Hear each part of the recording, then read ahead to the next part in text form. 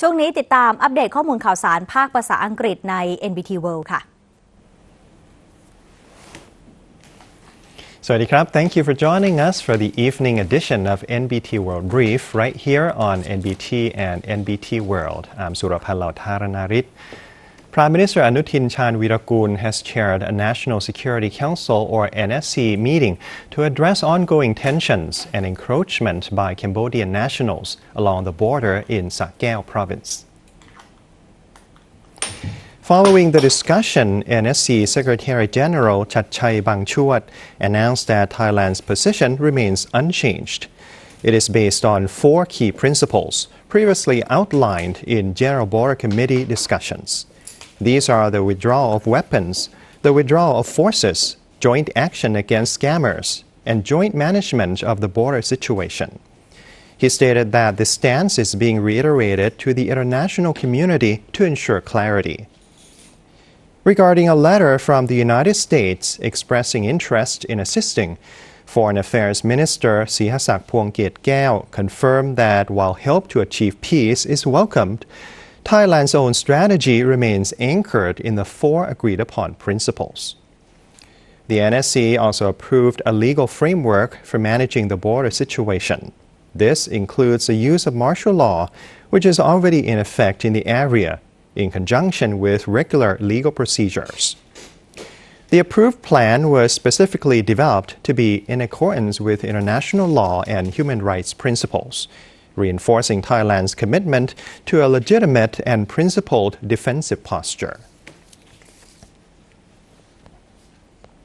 The Federation of Thai Industries, or FTI, is hosting its 20th annual Energy Symposium to address strategies for sustainability amid growing global and domestic economic uncertainties. In his keynote address, Minister of Energy Attapon Rökpiboon emphasized the energy sector's role as a key driver of economic growth and outlined the government's quick big win strategy. The four-month plan aims to address rising living costs by promoting solar energy adoption while accelerating the country's transition to a low-carbon society to meet its net zero target by 2050. The strategy includes several key projects to promote solar power among the public. These feature community solar farms selling low-cost electricity to locals, the installation of solar-powered water pumps for farmers, and a new tax incentive allowing households to claim deductions of up to 200,000 baht for installing solar panels.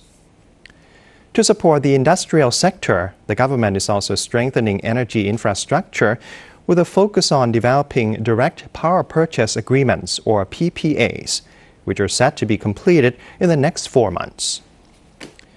The ministry projects that the quick big win measures will stimulate the economy by over 700 billion baht, create more than 16,000 jobs, and reduce carbon dioxide emissions by over 10 million tons annually.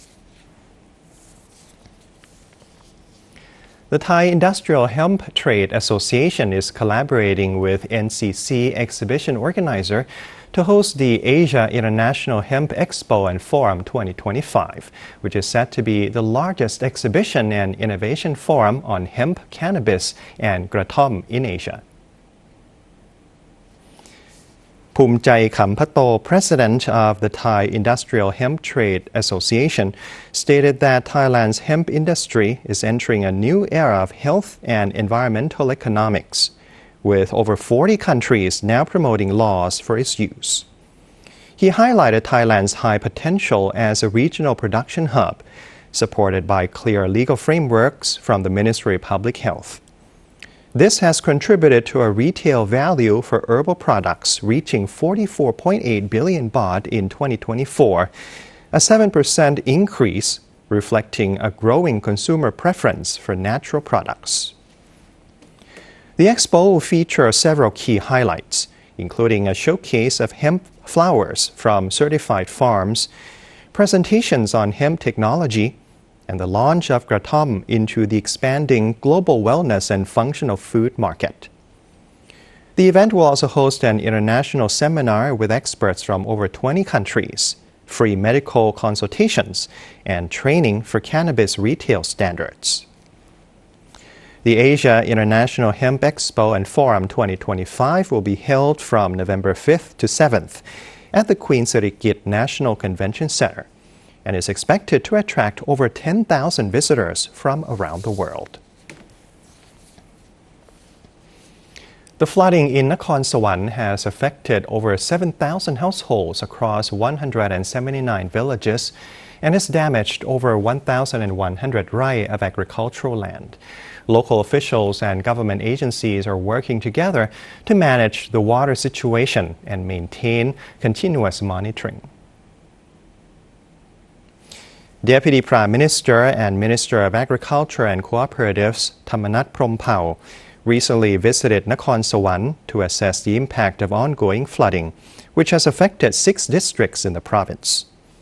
He distributed over 1,700 relief packages to residents in the hardest hit areas and provided royally supplied animal feed to farmers who are also struggling with low rice prices.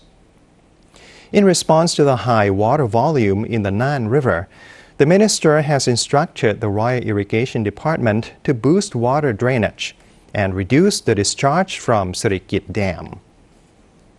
In neighboring Chiang Mai, the Thai Red Cross distributed 413 relief kits to residents in Phang district, where flash floods and mountain runoff have impacted over 2,300 households and damaged more than 1,200 rai of farmland. There have been no reports of injuries or fatalities in the area. In rebel-held territories of Myanmar, the threat of military airstrikes has forced education into underground bunkers. One such subterranean school was founded in June after a junta strike obliterated a nearby school, killing at least 20 pupils and 2 teachers. Conflict monitors report that the military junta has increased airstrikes every year since the 2021 coup, as it battles guerrilla factions opposed to its rule.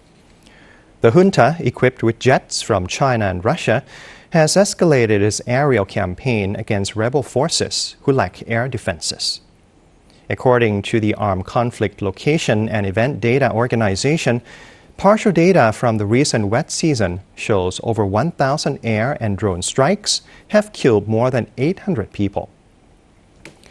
Analysts suggest the military targets crowds intentionally to incite fear and suppress support for the resistance. In response, communities have developed improvised air raid warning systems, and farmers in some regions now tend their crops by torchlight to avoid being targeted during the day. While bunkers provide some safety, they cannot protect against the psychological wounds of the ongoing conflict. And that's all for our evening edition of NBT World Brief. Stay updated with the latest developments right here on NBT and NBT World. For more stories, you can simply scan the QR code on your screen to access our full coverage across all media platforms. Until next time, สวัสดีครับ